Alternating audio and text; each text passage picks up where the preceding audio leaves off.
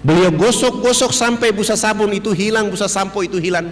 Allah ganti dengan kesegaran jasmani. Kepala suku ini tiba di rumah tidur dari jam 3 sore sampai jam 9 pagi hari berikutnya. Pagi-pagi kami datang ke rumahnya, langsung kepala suku angkat bicara. Anak, mandi yang benar itu yang anak ajarkan. Bapak kemarin dimandikan oleh Tuhan Sang Pencipta sehingga Bapak tidur menjadi enak. Selama ini Bapak belum pernah tidur enak seperti ini. Oh, bagaimana kalau pagi ini Bapak ikut mandi? Beliau dengan senang hati ikut kami ke sungai. Hari itu baru dia mandi resmi bilas, naik tidur dari jam 9 pagi sampai jam 3 sore hari itu. Setelah dia bangun tidur, di sana ada kecerdasan dan pencerahan. Dia mulai ceramah kepada 28 titik kampung adat beliau. Besok pagi yang berkumpul di lapangan dekat sungai itu sebanyak 3.712 orang. Laki, perempuan, tua, muda, besar, kecil dalam keadaan koteka seperti tadi datang untuk mengikuti pelajaran mandi menggunakan sabun mandi. Karena kami bawa sabun hanya 7 karton, tidak cukup, terpaksa 1 sabun dibagi 4, dan kami memulai pelajaran mandi kepada saudara-saudara kita di sana. Dari jam 8 pagi sampai jam 12 siang belum tuntas. Saya skorsing pelajaran mandi karena kami mau sholat duhur. Saya bilang sama kepala suku, kami mau sholat duhur, maka yang sudah mandi jangan pulang, yang belum mandi juga jangan pulang. Nanti selesai sholat duhur kami akan melanjutkan pelajaran mandi. Kami kalau sholat duhur atau sholat di pedalaman itu tidak bisa sholat di atas permukaan bumi, harus membuat panggung karena babi sangat banyak. Sehingga kami 20 orang naik di atas panggung, sementara 3.712 orang mereka dulu di bawah panggung yang sudah mandi maupun yang belum mandi. Begitu kami naik di atas panggung dan salah satu dai dia qomat, lalu saya takbir. Allahu Akbar. 19 dai itu juga takbir Allahu Akbar. Begitu kami takbir, 3.712 orang yang sudah mandi maupun yang belum mandi duduk di bawah panggung, semuanya serentak berdiri berputar keliling panggung sholat seakan-akan kami itu Ka'bah. Mereka tawaf keliling panggung sholat itu. Apa yang mereka lakukan? Ternyata mereka tawaf keliling panggung sholat untuk memperhatikan gerakan-gerakan sholat duhur yang kami lakukan. Begitu saya salam, assalamualaikum warahmatullahi, assalamualaikum warahmatullahi, kepala suku besar itu langsung loncat naik di atas panggung sholat dan mengajukan beberapa pertanyaan. Anak, kenapa anak dengan teman-teman berdiri dan angkat tangan dan mulutnya bicara-bicara? Itu maksudnya apa? Saya bilang, subhanallah, baru mandi cerdas begini. Saya mulai mencoba menjawab, Bapak kepala suku, kami ini agama kami Islam. Dalam agama kami diperintahkan Tuhan Allah Sang Pencipta dalam satu hari 5 kali menghadapnya di saat dan waktu yang ditentukan. Tadi kami berdiri angkat tangan itu artinya kami menyerahkan sepenuhnya kehidupan jiwa raga kami kepada Tuhan Allah. Yang kami bicara-bicara itu adalah Allah Maha Besar. Kehidupan dan diri kami ini kecil, sehingga tangan kiri kami ini malu menutup dada kami, tangan kanan kami pun malu menutup tangan kiri dan dada. Terserah Allah, mau menghukum kami terserah, mau memberi kami hadiah terserah, karena kami sudah menyerahkan sepenuhnya jiwa dan raga kami kepada Tuhan Allah Sang Pencipta. Oh, ini agama yang benar. Menurut Bapak kami sudah Islam. Tapi kenapa sesudah itu anak dengan teman-teman bongko badan? Apa artinya bongko badan? Kenapa ruku? Saya menjelaskan kepada mereka, kami bongkok badan supaya melihat di bumi ini ada air, ada batu, ada tanah, ada hewan, ada tumbuhan. Semua itu adalah fasilitas dari Tuhan Allah kepada manusia. Dinikmati, dipelihara, dilindungi karena masih ada manusia berikutnya. Tapi kenapa sesudah itu anak dengan teman-teman bongkok badan, tunduk mencium papan? Saya menjelaskan, kami tunduk mencium papan itu pertanda kami menangis atas kejahatan, dosa, maksiat yang kami lakukan, sehingga kami merendahkan kepala kami. Kenapa kami lakukan itu? Karena sebentar kami mati nanti kulit, daging, darah, tulang akan dilebur menjadi tanah. Sebelum dilebur menjadi tanah, kami menyatukan kepala, tangan, lutut dan kaki untuk menangis minta ampun kepada Dia Allah yang Maha Tinggi. Tapi kenapa sesudah itu anak dengan teman-teman lihat ke sebelah kanan mulutnya bicara-bicara, lihat ke sebelah kiri masih bicara-bicara? Saya jawab, kalau tadi kami mengangkat tangan adalah menyerahkan sepenuhnya jiwa raga kami bongkok badan untuk melihat apa yang diberikan oleh Allah, kami tunduk untuk meminta ampun. Setelah itu melihat ke sebelah kanan, kalau belum ada orang yang tahu mandi, tugas kami harus mengajarkan mereka bisa tahu mandi. Ada yang belum tahu pakai pakaian, tugas kami mencari pakaian untuk menutup tubuh badannya. Ada yang sakit, tugas kami mencari obat. Ada yang lapar, tugas kami mencari makan. Setelah itu melihat ke sebelah kiri, kalau belum ada orang di tempat ini yang mengenal Allah dan Rasulnya, kehadiran kami di tempat ini memperkenalkan Allah dan Rasulnya kepada mereka. Begitu mendengar penjelasan saya, kepala suku langsung mengatakan, kalau begitu kamu tidak boleh duduk di atas panggung. Kami 20 orang turun duduk di bawah panggung dan mereka 6 kepala suku naik di atas panggung menggantikan kami. Mereka bukan sholat tapi rapat adat. Setelah rapat adat selesai, 1,5 jam kemudian kepala suku besarnya menyampaikan pengumuman buat kami yang ada di lapangan pakai bahasa mereka. Wah wah wah hubulokanayak. Saya kasih contoh seakan-akan saya kepala suku, bapak ibulah masyarakat waktu itu. Saya ini orang fak-fak, saya tidak tahu bahasa itu. Saya tanya kepada orang yang ada di samping saya apa yang dimaksud oleh kepala suku. Ternyata kepala suku memberikan bahasa itu. Keberuntungan buat kami 20 orang yang berdakwah. Spektakuler. Hari ini kita bahagia. Hari ini kita gembira karena anak-anak ini sudah datang mengajarkan agama yang benar. Dalam rapat adat kami menyatakan kita semua yang berkumpul di lapangan ini mengikuti agama yang diajarkan anak-anak ini. Begitu kami 20 orang mendengar kata-kata ini langsung sujud syukur dan menangis kepada Allah Subhanahu wa taala. Terima kasih Allah ya Rabb. Kami belum menyebut namamu ke dalam dada mereka. Kami belum menyebut nama kekasihmu Muhammad sallallahu alaihi wasallam ke dalam hati mereka. Kami hanya bawa rizkimu berupa sabun, sampo, odol dan sikat gigi datang ke tempat mereka. Kuatkan dakwah ini, lalu kami berhadapan dengan 3.712 orang, tapi kami semua tidak sanggup. Ketika kami melantunkan 2 kalimat syahadat, kami semua 20 orang harus mencucurkan air mata. Haru kemudahan dari Allah Subhanahu wa taala. Lalu kami berdiri dan mengantarkan 2 kalimat syahadat kepada mereka. Asyhadu an la ilaha illallah wa asyhadu anna Muhammadar Rasulullah. 3.712 orang mengucapkan 2 kalimat syahadat tanpa beban sedikit pun, oleh karena hadirnya hidayah dan petunjuk Allah kepada mereka. Lalu kami bersyukur kepada Allah, terima kasih ya Allah, dengan hidayah dan petunjuk darimu masyarakat yang telandang, mereka dalam keadaan telanjang, mereka dalam keadaan terhina, mereka dalam keadaan terbelakang, mereka dalam keadaan bodoh, dakwah hadir di tengah-tengah kehidupan mereka sehingga mereka menyebut namamu dan menyebut nama Rasul Muhammad sallallahu alaihi wasallam. Alhamdulillah, setelah mereka mengucapkan 2 kalimat syahadat, pekerjaan berikut yang kami lakukan untuk saudara-saudara kita yang masuk Islam adalah berusaha untuk menginventarisir dan mengganti nama-nama mereka. Yang nama Yakomina kami ganti dengan nama Fatimah. Yang nama Wilhelmina kami ganti dengan nama Maisarah. Yang nama Yakobina kami ganti dengan nama Khadijah.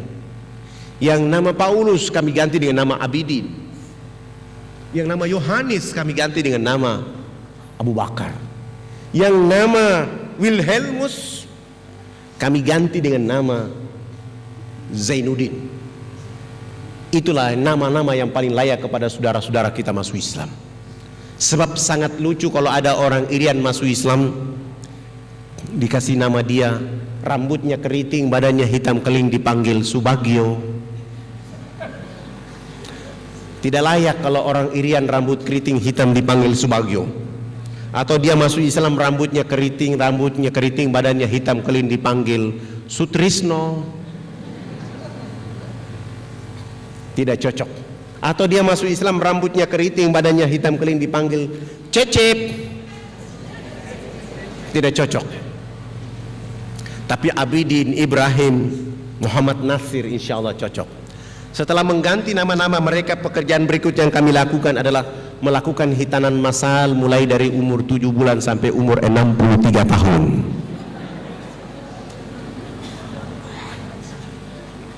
Alhamdulillah, kami dibantu oleh ayahanda Haji Letnan Kolonel Mulia Tarmizi. Kami menghitan saudara-saudara kita di sana. Sesudah itu beliau menulis surat supaya mengantar kepala-kepala suku menghadap Presiden Soeharto di Jakarta. Alhamdulillah, kepala-kepala suku ini sudah pakai celana panjang,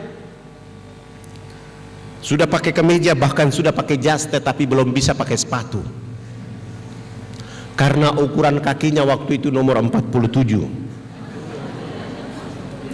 Tidak ada jenis sepatu itu, terpaksa kami menggunakan sendal jepit kelebihan tumit.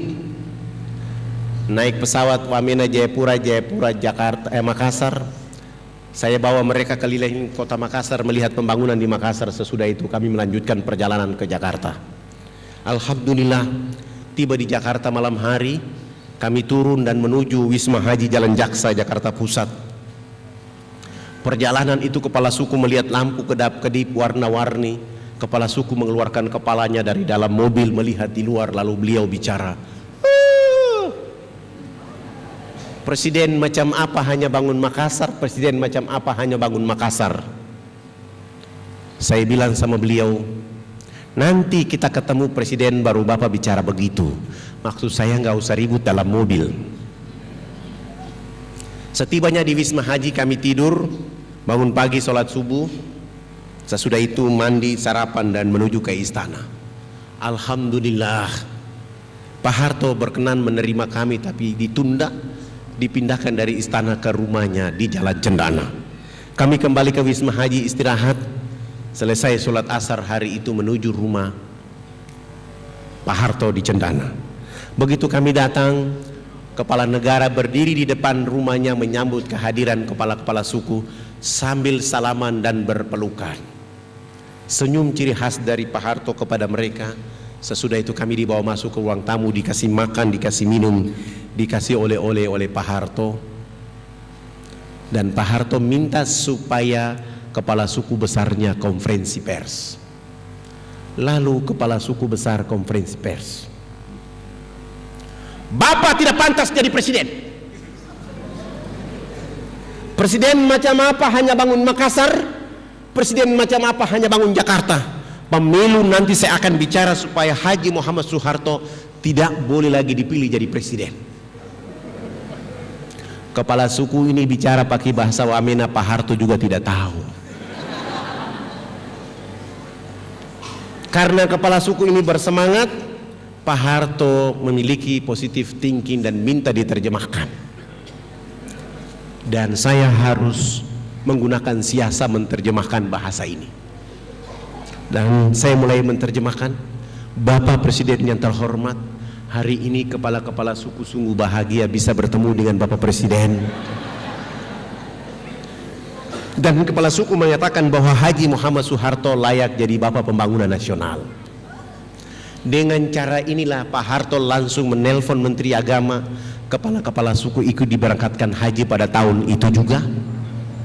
Dengan cara itu Pak Harto menelpon Menteri Sosial, kami dibantu 417 unit rumah layak huni.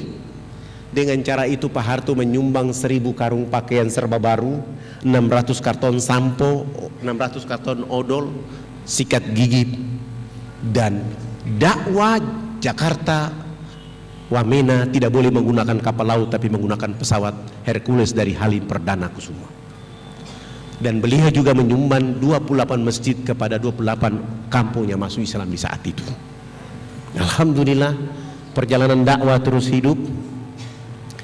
Mereka mulai tumbuh, bahkan hari ini di lokasi ini sudah ada satu pesantren namanya Pesantren Darul Istiqomah yang gurunya dan mudirnya kami sengaja mengambil dari Bantul, tinggal di situ dan mulai merubah saudara-saudara kita di daerah-daerah Wamena agar mengenal Islam. Alhamdulillah, nanti kalau ada kesempatan dari masyarakat Kediri yang mau berkunjung ke Wamena, jangan ada di kotanya, usahakan jalan kaki 175 km ke dalam, tinggal di sana beberapa hari. Tidak ada satupun yang sanggup menahan air mata di saat waktu duhur, asar atau maghrib atau subuh. Orang akan mencucurkan air mata karena ada anak rambut keriting hitam keling mengumandangkan suara azan, seakan-akan di saat itu Bilal hadir di tempat itu. Saya bergeser lagi ke Jayapura, ke Biak. Ketika bergeser ke Biak berdakwah, saya sudah berdakwah selama 5 hari, ketemu lagi seorang pendeta yang bernama Alexander. Beliau mulai menggunakan kekuatan untuk mengusir saya dari sana. Beliau mengatakan, segera keluar dari kota ini. Saya bilang, abang, kenapa, alasan apa saya tidak boleh ada di sini? Anda segera tinggalkan kampung ini dan tidak boleh bicara Islam di negeri ini. Saya bilang, abang, saya orang Irian Islam, abang orang Irian Kristen. Saya berhak bicara Islam di sini. Kenapa? Karena agama pertama yang ada di Irian adalah agama Islam. Dan agama Kristen masuk ke Irian diantar oleh orang Islam. Maka saya berhak bicara Islam di sini. Tidak boleh Anda bicara Islam di sini. Saya tanya kepada beliau, alasan apa lagi supaya saya tidak boleh bicara Islam di sini? Beliau mengatakan, Anda tidak boleh bicara Islam di Irian karena Irian sudah dibeli oleh Yesus Kristus. Oh, abang, kalau Irian sudah dibeli oleh Yesus Kristus, mana kwitansi dari Yesus? Begitu saya tanya kwitansi dari Yesus, ternyata tidak ada. Kalau begitu saya berhak bicara Islam di sini. Akhirnya saya tinggal di Biak selama 3 bulan saya berdakwah. Alhamdulillah ada acara Isra Mi'raj. Saya diundang untuk menyampaikan hikmah Isra Mi'raj. Ternyata salah satu tamu yang diundang oleh ibu-ibu Dharma Wanita adalah Pendeta Alexander. Dari rumah saya sudah menyiapkan konsep saya adalah pentingnya sholat bagi kehidupan bumi, penduduk bumi. Begitu saya naik di atas mimbar, saya lihat ternyata di bawah ada Pendeta Alexander dan saya mulai merubah ceramah saya.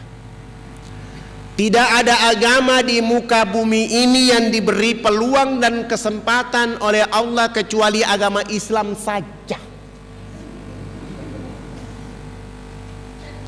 Begitu berartinya peluang dan kesempatan sehingga Allah menghibur kekasihnya Rasul Muhammad sallallahu alaihi wasallam untuk melakukan perjalanan antar bumi dan bumi langit. Kenapa Rasulullah dihibur oleh Allah dengan cara melakukan perjalanan antar bumi? Oleh karena seluruh keturunan Nabi Ibrahim turun ke Palestina, hanya satu saja Ismail yang turun ke Mekah. Maka di saat dia sedih, dihibur Allah dengan melakukan perjalanan antar bumi, Mekah Palestina. Dalam perjalanan bumi itu ada 2 wajah yang tidak boleh dilupakan, dilalaikan, ditinggalkan, didiamkan, yaitu Masjidil Haram dan Masjidil Aqsa. Sesudah itu mulailah dari Masjidil Aqsa ke Sidratul Muntaha. Naik ke Sidratul Muntaha menerima apa? Pintu peluang dan kesempatan. Siapa orang yang tidak sholat subuh, dia telah kehilangan pintu peluang dan kesempatan dari Allah. Siapa orang yang tidak sholat duhur, asar, maghrib, isya, dia telah kehilangan kontrol peluang dan kesempatan dari Allah subhanahu wa ta'ala. Rumah boleh terbakar, harta boleh hilang dan dicuri oleh orang, tetapi sholat 5 waktu tidak boleh, 1 waktu pun tidak boleh ketinggalan. Dan itu hanya ada pada agama Islam saja. Agama lain selalu berkata, tugas Tuhan menciptakan dunia dan isinya, sesudah itu Tuhan istirahat di surga, urusan dunia Tuhan tidak boleh ikut campur. Nanti mau masuk surga cukup menyebut nama Yesus, langsung masuk surga, enak aja. Sengaja saya bicara begitu supaya di bawah ini tersinggung. Alhamdulillah, begitu saya turun dari mimbar, beliau mendekati saya dan beliau bilang sama saya, Pak Ustadz, saya juga hadir. Oh, Mana kwitansi dari Yesus? Begitu saya tanya kwitansi, ternyata dia marah. Pak Ustadz, saya tersinggung dengan ceramah Ustadz tadi.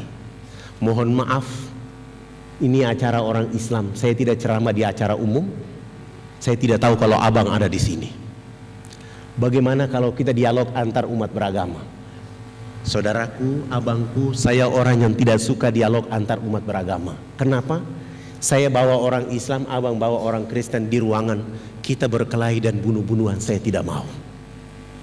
Boleh dialog dengan saya hanya 4 mata 4 telinga. Dan dialog 4 mata 4 telinga hanya bicara Bible dan Kristen saja.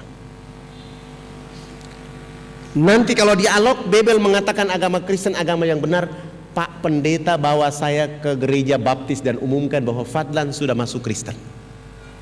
Bagaimana jika Bible memberi isyarat bahwa Islam agama yang benar? Ya, saya juga masuk Islam tapi jangan dibiak. Kami sepakat dan malam itu kebetulan acaranya hari Sabtu sore, langsung beliau sewa hotel. Dan saya sudah kasih satu persyaratan, dialog kita di tempat yang ada AC, ada tempat tidurnya 2 dan tempat dialog harus Bapak yang bayar. Beliau sepakat dan malam itu langsung menyewa hotel. Saya bilang jemput saya selesai sholat Isya. Subhanallah, selesai sholat Isya beliau datang di posko dakwah, bawa mobil kijang yang bertuliskan Laskar Kristus. Saya bilang ini orang hebat. Begitu saya naik di atas mobil dan saya mulai baca Bismillahi majreha wa mursaha inna rabbira ghafurur rahim, runtulah Laskar Kristus malam hari ini. Begitu kami dua jalan menuju penginapan, saya bilang, abang malam ini saya bahagia karena saya lihat abang jadi muridnya Yesus. Oh, tidak usah kita bicara di sini.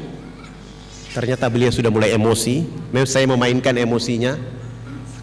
Kami sampai di hotel, kami dua duduk berhadap-hadapan dan saya mulai mengatakan kepada beliau, abang, saya ini tamu, abang tuan rumah. Karena abang tuan rumah, saya minta tolong abang yang berdoa duluan. Lalu beliau memimpin doa ala mereka. Saya kutip doanya. Ya Bapa kami dalam surga, dituduskan dengan namamu di bumi seperti di surga. Terima kasih Tuhan, Engkau telah mempertemukan aku dengan seorang domba tersesat. Aku jadikan dia atas nama Engkau, Yesus Juru Selamat abadi selama-lamanya. Saya dengar dalam doa dia bilang, saya domba tersesat. Setelah dia bilang amin, lalu saya mulai baca doa rukyat.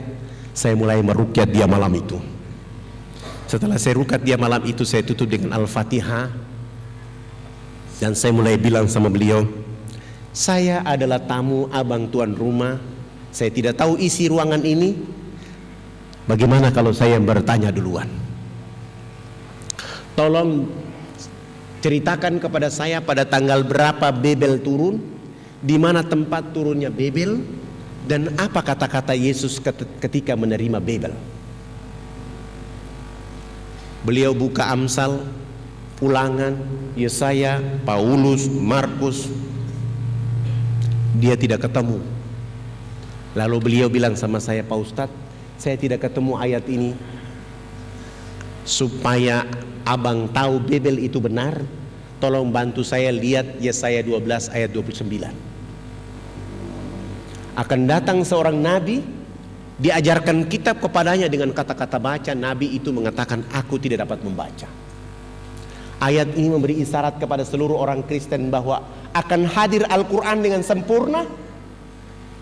Maka tidak boleh lagi Babel berlaku di atas muka bumi, karena Babel itu hanya untuk Bani Israel saja. Supaya abang lebih kuat, tolong lihat Amsal 15. Tidak pantas Tuhan itu berdoa, tidak layak Tuhan itu minta tolong. Di ayat lain, Tuhan ketika disalib, Yesus ketika disalib dia berdoa dan minta tolong. Elia sabaktani, tolonglah aku Tuhan, tolonglah aku Tuhan. Kalau sudah demikiannya dilakukan oleh Yesus, maka Yesus tidak layak menjadi Tuhan. Kami bahas 2 ayat ini sampai jam 2 malam. Dia bilang, Pak Ustadz, saya besok mau ke gereja dan kita istirahat. Alhamdulillah, saya masuk wudhu kembali. Saya tidur, begitu saya buka bed cover, saya lihat ternyata dia belum tidur. Dia masih menggunakan satu ilmu lagi, yaitu mau menghipnotis saya malam itu. Saya mulai menggunakan ayat kursi dari bed cover itu sambil saya tiup ke arah dia. Alhamdulillah, saya yang bangun sholat subuh, dia yang ketiduran. Begitu dia bangun sholat subuh, bangun, dia mandi selesai langsung ke gereja. Sampai ke gereja, dia mengundurkan diri di gereja dan dia dikejar oleh jamaah pada tahun itu. 3 jari kakinya dipotong, yang membuat dia yakin tentang kekuasaan Allah dan Islam. Harusnya ketika jarinya dia potong, yang keluar dari kakinya adalah darah. Ternyata setetes darah pun tidak ada yang keluar. Dia lari menuju penginapan. Begitu dia masuk dalam kamar, baru darah berhembus keluar. Di saat itulah dia bilang, saya mengucapkan 2 kalimat syahadat. Keluarganya dilindungi. Kami lari dari Jayapura, dari Biak ke Jayapura, Jayapura menuju Jakarta, dan beliau bersama 12 anaknya hijrah mengucapkan 2 kalimat syahadat. Dia tinggal di Jakarta, di Tangerang. Sesudah itu pergi ke Mesir selama 6 tahun. Dia 6 tahun dia di Mesir, anak-anaknya terus belajar di pesantren di Tangerang. Sesudah itu kembali ke Indonesia menjemput istrinya menunaikan rukun Islam yang kelima. Setelah rukun Islam yang kelima, saya antar kembali mereka pulang ke kampung halaman. Perjalanan pulang ke Biak, kami sholat subuh. Beliau bilang sama saya, Pak Ustadz, saya sudah Islam, saya sudah haji, saya sudah belajar Islam dengan sempurna, tapi saya punya 3 jari kaki ini terpotong. Saya bilang, 3 ini yang dulu abang ingat-ingat, Tuhan Bapa, Anak, dan Rohul Kudus. Sekarang sudah tidak ada. Yang ada adalah Qul huwallahu ahad, tunggal. Oh begitu, iya, itu isyaratnya. Alhamdulillah, beliau bangun satu masjid di Biak. Berjalan 5 tahun kemudian, usianya 62 tahun. Kami sama-sama sholat subuh berjamaah. Kami bangun dari sujud, beliau tidak bangun dari sujud. Di saat itu beliau meninggal dunia juga dalam masjid. Saya bergeser lagi berdakwah di Enarotali. Di Enarotali kami sudah tidak boleh lagi pakai pesawat misionaris karena wajah kami sudah diketahui oleh mereka. Akhirnya mau dan tidak mau kami harus jalan kaki dari Nabire ke sini. Berapa lama? 12 hari baru sampai ke sana. Kami berdakwah di sini selama 3 bulan, hanya 1 orang yang masuk Islam. Saya mulai bergeser dari lokasi ini ke Nabire. Nabire saya terus ke Jawa Timur. Datang ke Sunan Ampel, menyampaikan pengurus Sunan Ampel supaya membantu kami pakaian layak pakai dan sabun mandi. Alhamdulillah, 1 bulan kemudian terkumpul 600 karung pakaian, 200 karton sabun, odol, sampo, dan sikat gigi. Lalu saya mau bawa pulang menuju Nabire. Ada alumni dari IAIN Sunan Ampel, orangnya tinggi, gagah, ganteng, pintar. Dia ketemu saya dan dia bilang, Pak Ustadz, saya mau ikut antum dakwah di Irian. Boleh ikut saya berdakwah di Irian, tapi jangan tanya amplop. Kalau antum ikhlas silakan. Alhamdulillah beliau ikhlas. Ikut kami dengan bantuan itu. 5 hari kemudian kami tiba di Nabire. Kami turunkan seluruh bantuan, istirahat 2 hari kemudian, dan kami mulai mencoba jalan kaki. Kami baru jalan kaki hari pertama, Ustadz Firman mulai bertanya, kok belum sampai-sampai? Saya diam saja. Kami jalan malam bermalam. Besok pagi kami jalan lagi. Pak Ustadz, kapan kita sampai? Saya diam saja, saya tidak jawab. Begitu kami masuk hari kelima, beliau langsung marah-marah di tengah hutan itu. Oh Ustadz Fadlan, ternyata antum bawa saya ke Irian ini dengan membunuh saya di tengah hutan ini.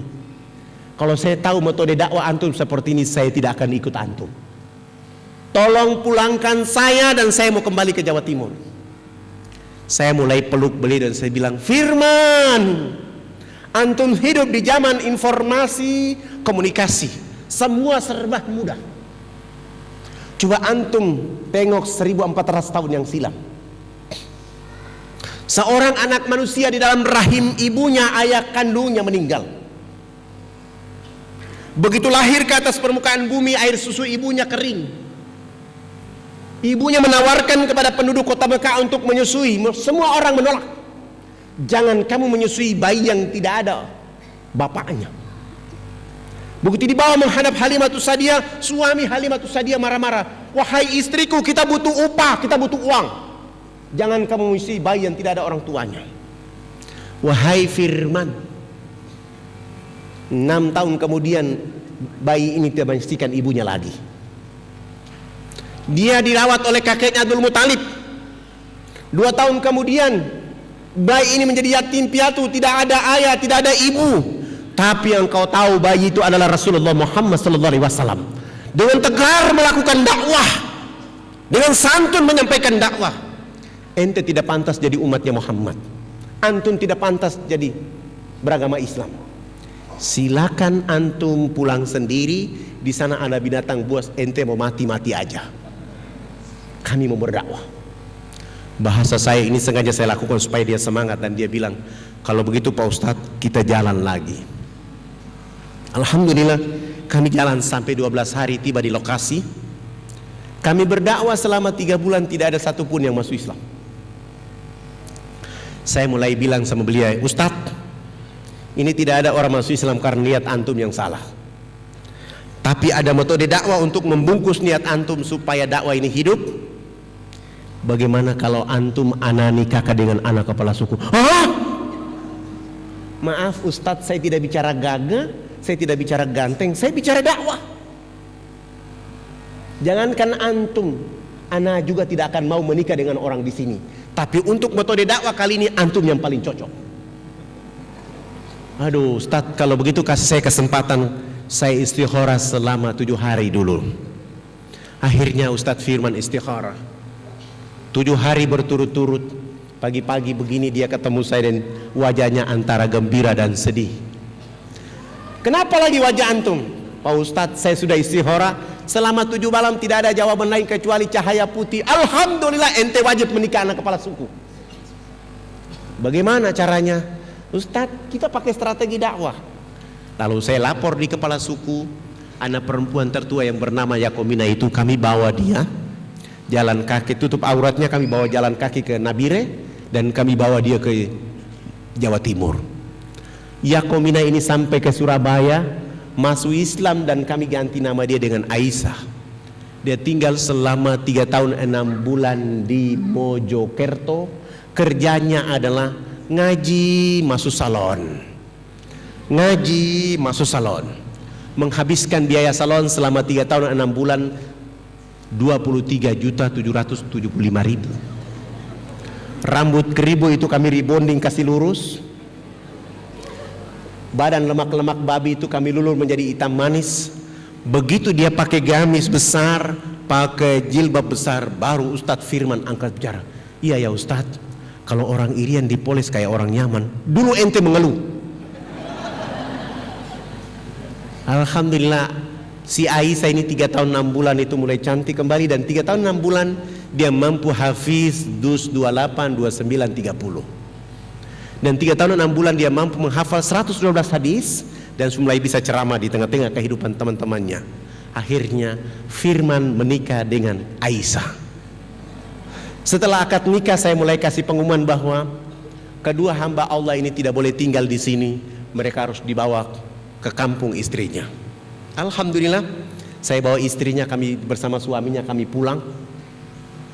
Sampai di Nabire saya mulai mutar otak saya, bagaimana keadaan supaya wanita ini tetap cantik.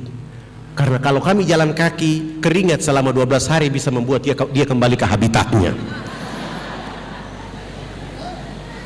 Akhirnya saya mulai bilang, seluruh jamaah kita harus menjaga sholat 5 waktu kita menjaga bacaan Al-Quran kita selama 1 bulan. Alhamdulillah,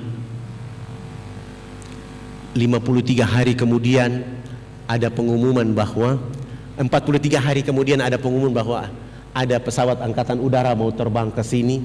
Saya ke sana melapor dan kami 7 orang bisa ikut. Saya mulai bilang sama suaminya, yang besok berdakwah bukan antum, bukan saya,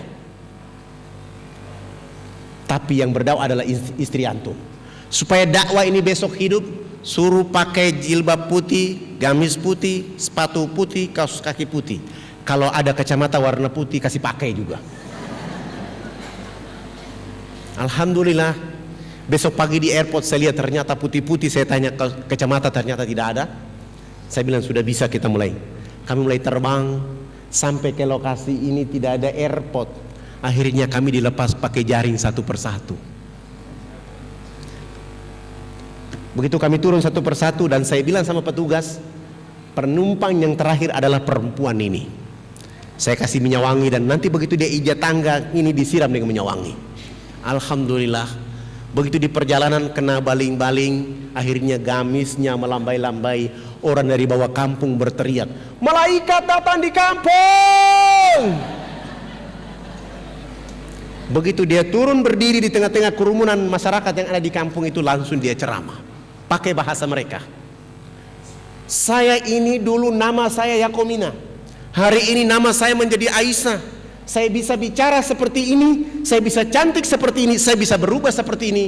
Karena 3 tahun 6 bulan saya pergi ke negeri sana, mereka merubah saya menjadi manusia yang beradab. Dulu seandainya saya tinggal di kampung ini, saya tinggal di atas potensi kekayaan dari Allah, tetapi saya seperti binatang di negeri ini. Dan hari ini bapak ibu keluarga saya di kampung itu seperti yang dilakukan oleh orang-orang asing di negeri ini. Dia ceramah kurang lebih 1,5 jam. Ada seorang penginjil perempuan angkat tangan, hai Yakomina, kami bersedia masuk Islam, tetapi kami juga cantik seperti kau. Suaminya bilang sama saya, Ustadz, di tengah hutan ini salon mana yang mau datang? Saya bilang urusan salon urusan saya, yang penting mereka sudah ada niat. Kami tinggal 1 minggu kemudian, saya mulai turun jalan kaki kembali ke Nabire. Saya ke Makassar, kumpulkan uang dari masjid ke masjid. Alhamdulillah dapat 35 juta. 15 juta itu khusus untuk beli belas kencur, alat dulur, rebonding. Seorang dai harus begitu.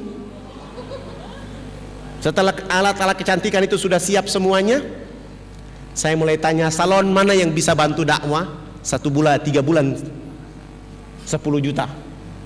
Alhamdulillah ada kelompok Wardah, saya bayar mereka 10 juta dan saya bawa mereka.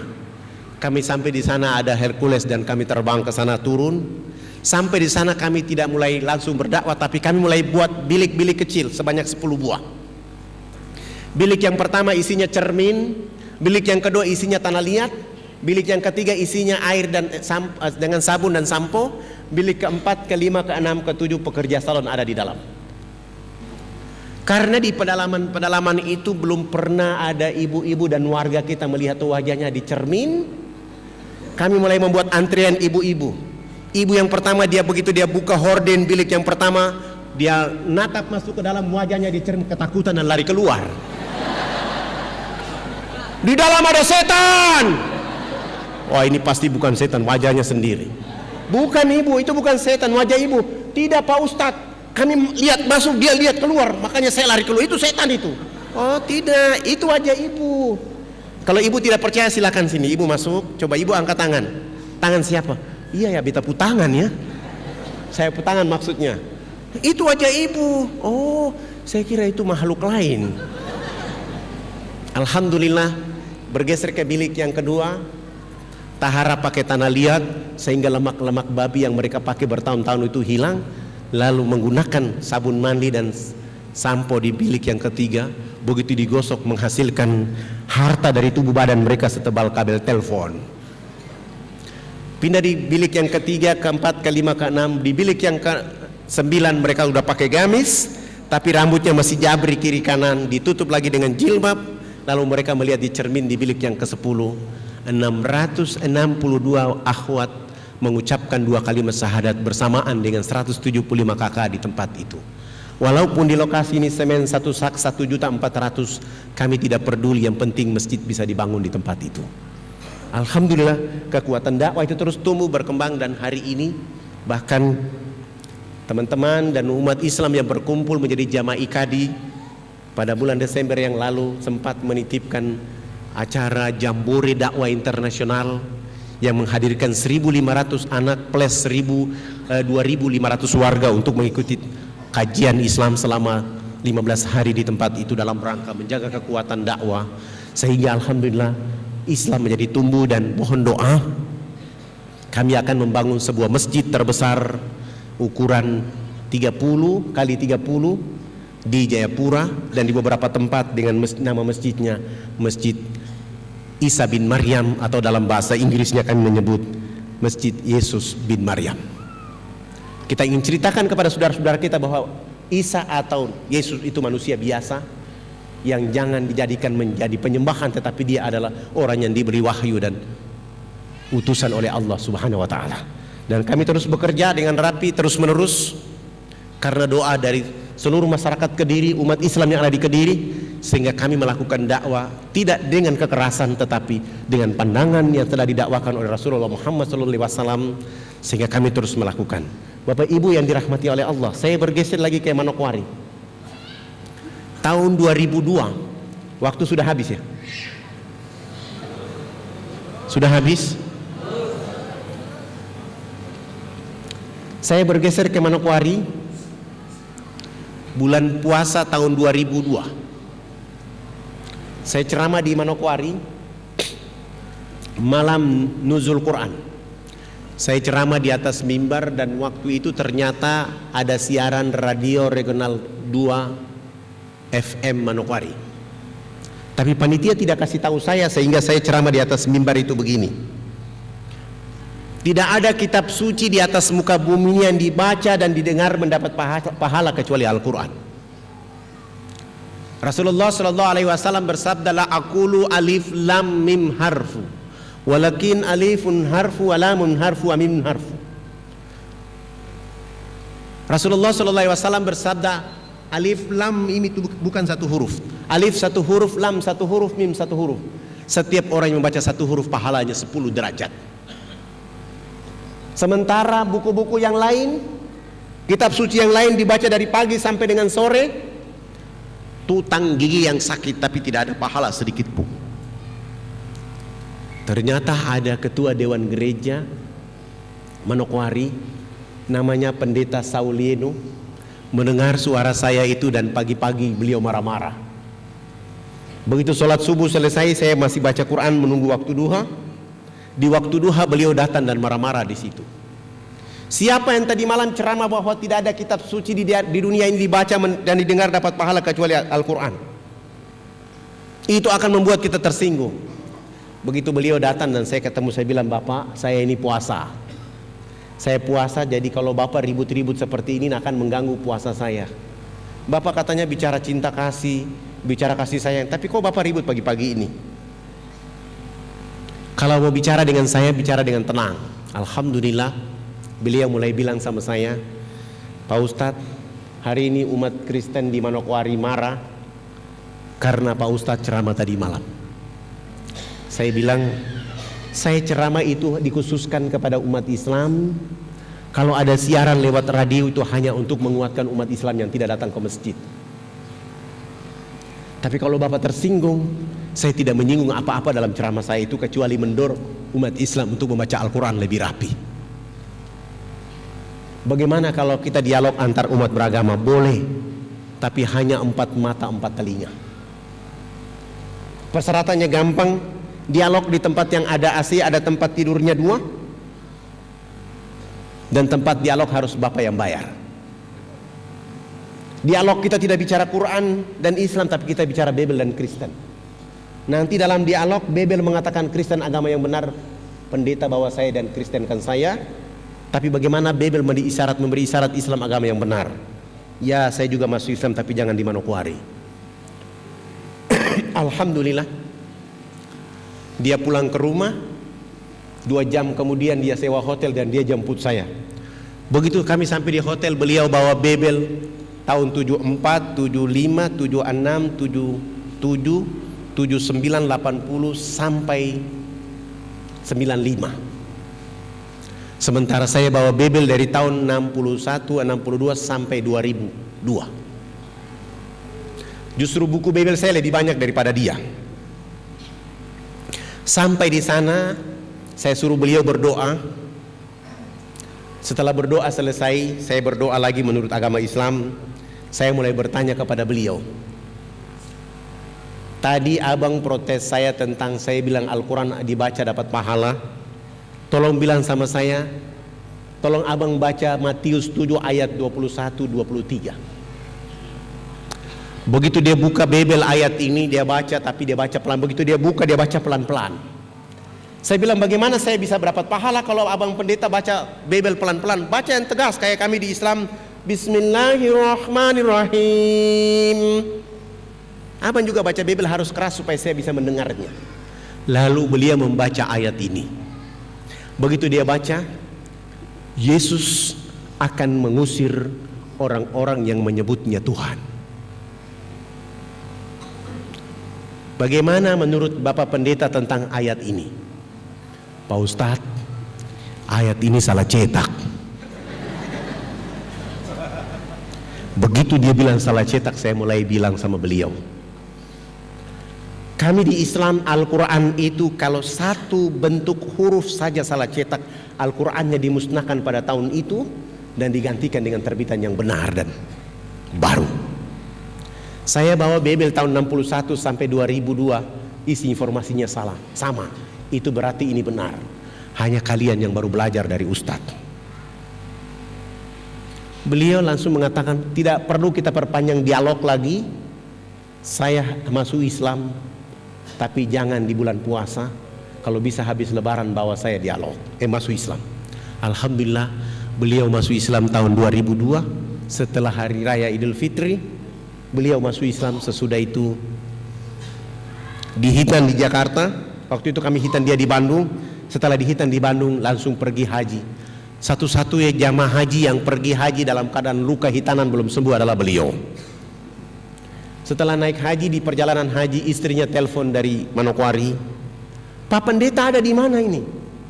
Dia bilang sama istri, jangan panggil saya pendeta mama, saya sudah masuk Islam sebagaimana dalam Bible menyatakan kepada kita, pergilah engkau mencium batu hitam, engkau membersihkan jiwamu, engkau membesarkan jiwamu, engkau membersihkan jiwamu, engkau menjadi hamba yang paripurna dalam hidup.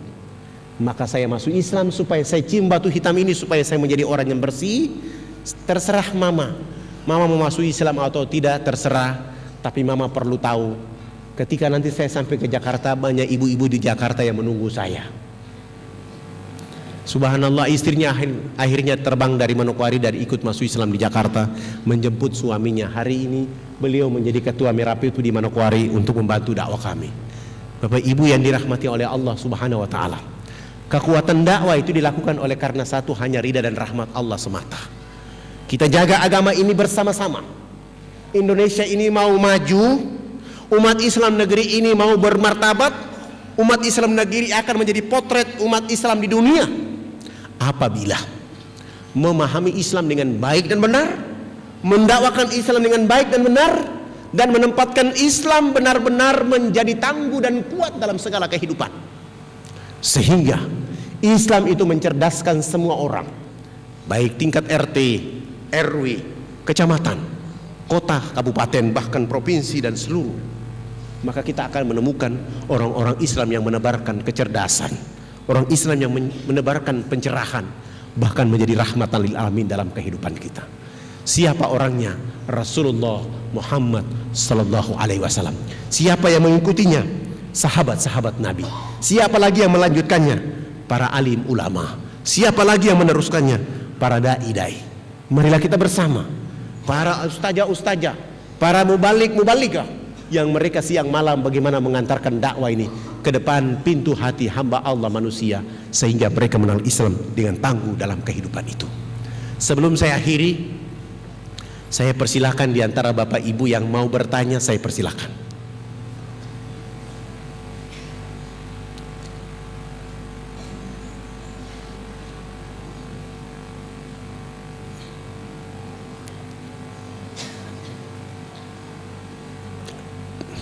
Dari ibu-ibu ada?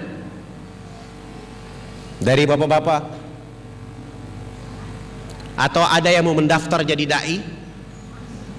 Untuk laki-laki dan perempuan yang menjadi dai di Irian hanya satu persyaratan, wajib menikah anak kepala suku.